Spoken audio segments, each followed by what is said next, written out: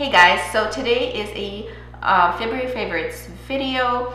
Really, I'm not so gung-ho on calling them favorites. It's really the products that I've reached for a ton this month, because ultimate favorites or whatever, I think more reasonable to talk about them maybe once in a quarter, once a season probably, because I do try quite a bit of stuff. But to be honest, it's unrealistic to expect to find like life-changing, wonderful favorites every month. That would be crazy, or else I would be repeating myself over and over again. And in some ways I am repeating myself, because oftentimes I'll bring back some of my ultimate favorites and sort of throw them into the mix to remind you that I still love it and I still use it a ton. But I've decided to sort of go rather with what I'm using a ton this month, what I'm reaching for this month. And it's not necessarily my ultimate favorites that I always recommend, but some of the stuff that has been really enjoyable to use, and I think it's a more realistic way to share with you what I've been enjoying. So let's start with a fragrance, and this is an unexpected pick. I actually got it in Chapters. This is a local bookstore chain. And they sell also some trinkets and some notebooks, and you know, they have in bookstores those sections where you can pick up everything but books. And they do have lots of hand creams and candles and perfumes. And I was browsing with a friend and I picked up a really cool book that I'm going to tell you about later, at a later video time. But I found this perfume randomly, and I've been loving it this month. This is Wild Jasmine and Bluebell by Poesy. I've never heard of this fragrance line, just randomly picked it up, and it reminded me of my childhood, therefore I snatched it up and just purchased it, and I've been really loving it. I like the packaging. I think it's very nice for the price, and it is a fairly small size perfume. I don't believe they come in bigger sizes, at least they weren't represented in that bookstore in bigger sizes. And this is a really lovely floral sweet scent. This is not the kind of scent I usually go for, but there's something very special about this one, and it does have a really nice lasting power. It does morph and transform on your skin, and it wears as a high-end perfume, I found. So I was quite excited to sort of find a gem like that just randomly, and this is a beautiful fragrance. I will definitely go back and repurchase it once I'm out. I'm about a quarter in through this scent, but this is a really great pick and randomly found in a freaking bookstore. Super excited.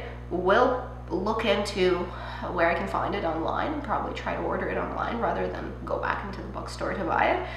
Really great scent. Light, fresh, springy, mood lifter right here. For sure, it's a mood lifter for me, and it's a make me feel good kind of fragrance. As a bonus, on top of being really great quality for a random fragrance, the line I've never heard of, it actually reminds me of something from my childhood. I cannot put my finger on it. I'm not sure what it is. Is it a shampoo? Is it some other scent somebody else wore consistently? But I remember this in a strong association with my childhood. I can't quite place it yet. I probably will, because I have quite a oddly imprinting kind of brain when it comes to fragrances. I am big on scents, obviously. If you watch my channel, you know that. So fragrances really get a very strong association to events and people. So I think if I wear it longer, I'll probably figure it out what it reminds me of. But even regardless of what it reminds me of, this is just a really good lightweight scent, and it's very spring appropriate, and it's really pleasant, and it's super cute presentation. Can't fault it. This is a really good quality fragrance for, I think, what cost me about 14 bucks. This is really great. So if you know this fragrance line, please let me know, because I'm curious. I've never heard of them before, and let me know what the deal is with them.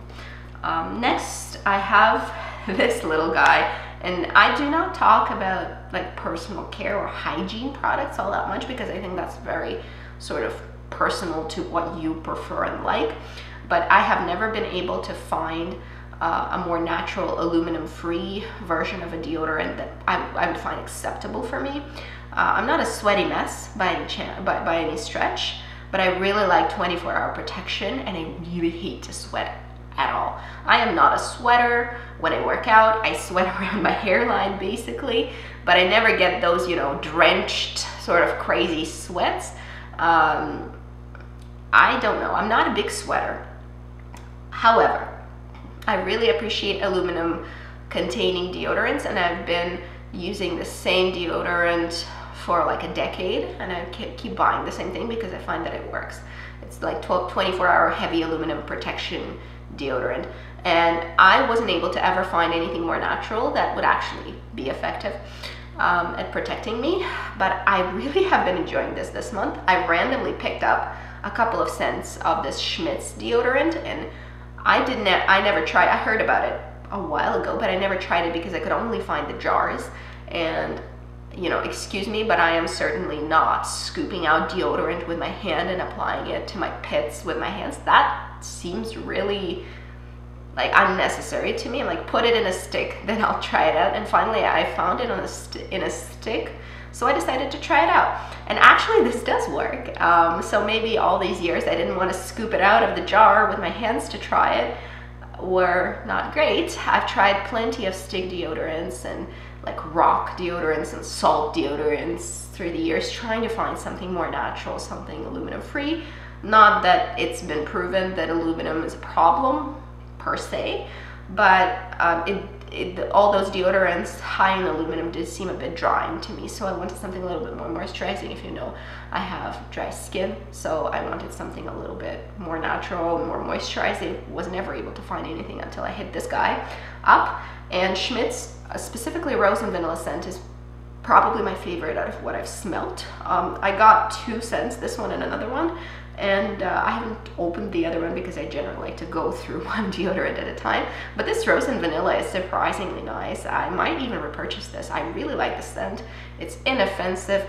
It doesn't change. It doesn't morph. I'm not sweating with this guy, but it is very moisturizing. My armpits have been feeling great and nicely taken care of. And it's just lovely all over. Yes, it's kind of creamy, and it stays a little bit creamy in the pits, so you need to watch for staining of deodorant onto the clothes. So far I haven't had any issues, and I've worn white and I've worn black and it was fine, and it comes off. I can't guarantee though that it's going to be perfectly fine for your clothes, and it's not going to do anything weird, but it hasn't so far to mine.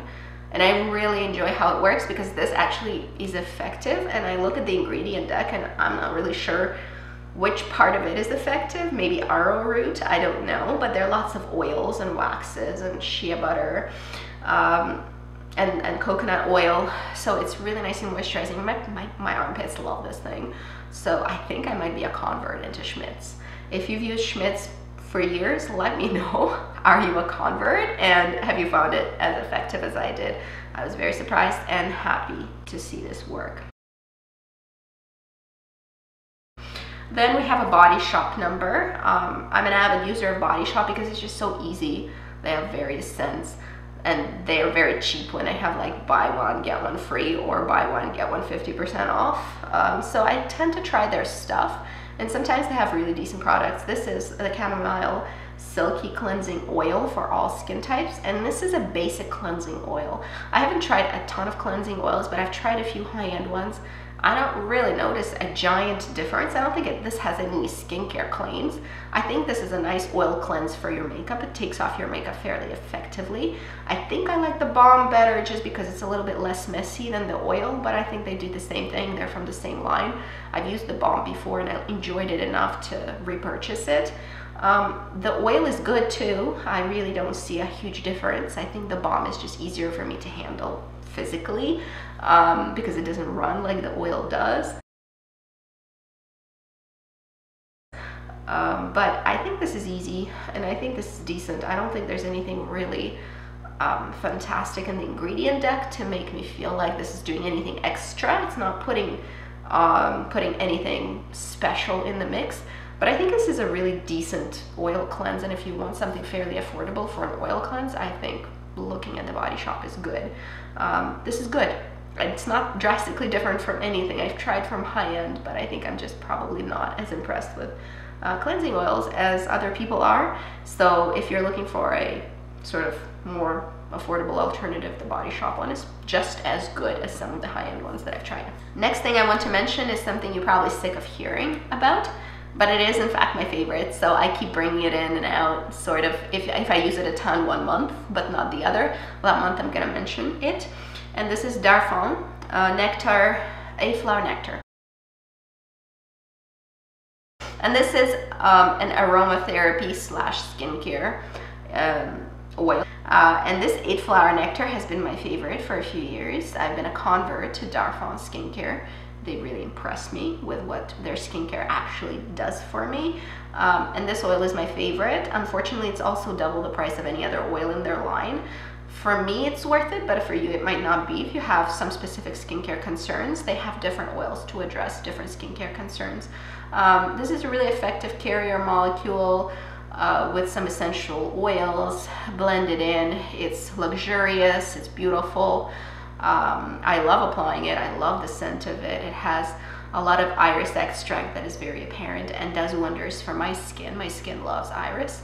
And it does very well in my skin. I do recommend that if you want just straight up moisturization, you try the rose one, because it's actually half the price of this one. This one's about 200 bucks for me, at least where I live. And you can get the rose one for about 100, and it's a fairly small size, as you can see, but this is lasting me months and months, because you only need about 1 to 2 drops for your entire face, so you do not need to bathe in it for it to be effective. In fact, it is a very luxurious product that you're supposed to use in very small amounts. I'm almost halfway through, and I've been using this particular one for probably about 2.5 months maybe. So, you know, it's up to you if it's worth it for you. For me, it is, because it just lasts a damn eternity. For me, this is a really good oil. A makeup product that I wanted to sort of talk about, because I haven't used it in some years, and I forgot how much I enjoyed it, and I really wanted to talk about it again, because I've just put it back into my makeup box, and I've been using it, and I've been really impressed. This is Bare Minerals Original Foundation. It's their mineral foundation. It's very, very simple ingredient deck, really non-irritating, easy to use, easy to wear. Mine is in Fair Ivory 02.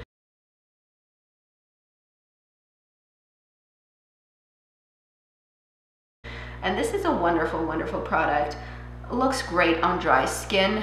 The only thing I will say is that you need to know how to apply it in order for it to look good. And it will look great on your dry skin. You just need to know how to apply it. I apply it with a fluffy brush from Real Technique. So this is their multitask brush. And the key is to keep buffing it longer than you think you should into the skin. And the buffing really melts the pigments right into the skin. And it looks super, super natural and really great on dry skin. So this is actually one of the best looking powder foundations you can find, especially for dry skin, but I think it'll work on any skin type. Obviously, you might need a little bit of setting with oilier skin types, and you might need to repowder throughout the day or maybe blot. For me, I don't need to do anything with this. I apply it, and you know, 10 hours later, it's slightly worn off, but still on. And it's very easy to use. You just need to make sure to buff it in really, really nicely to warm up the pigments and melt them into your skin and the skincare that you did apply. So this actually is a fantastic looking foundation.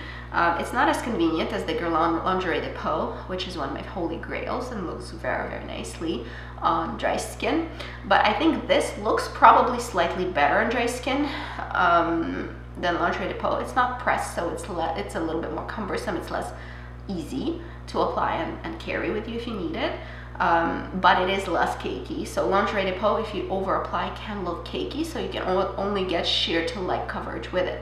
This one you can build up probably to maybe light medium coverage with no problem, and if you keep buffing, it does become one with your skin. So this is really lovely. I'll do a separate video probably on how I apply it, but there's so many videos out there. Like, I encourage you to just search for it. Shelby Wilson, I believe is her name. She's big on Bare Minerals, and she's done multiple tutorials on how to apply this particular foundation, and they're very, very helpful. So you can go ahead and watch hers. She's a much better makeup artist than I am, so it might be just better to refer you there than to film a separate video on it. A couple of lip products that I've been really enjoying. First is by Beauty Agave Lip Mask. And this is a highly raved and very well reviewed product.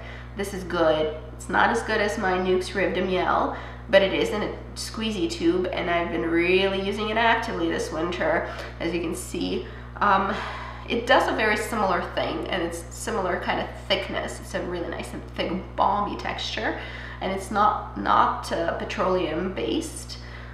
So those are really great, all great things, because petroleum-based products don't tend to be as moisturizing as some of the other products with a different base. This one is really good. I do recommend you try it, especially if it's just easy for you to access. By 10, not as easy to find Nuxe, but I do find Nuxe just that one touch better.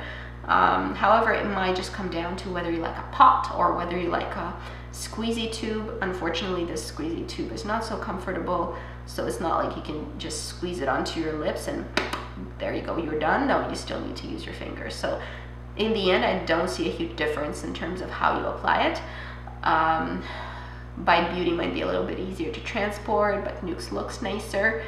And I prefer the texture of Nuxe. However, they do very comparable things on the lips. It just depends on your preference. I think they're equally as effective as each other for moisturization. And I've also been using it on cuticles, because I work in healthcare, so I wash my hands every 15 seconds or so, probably.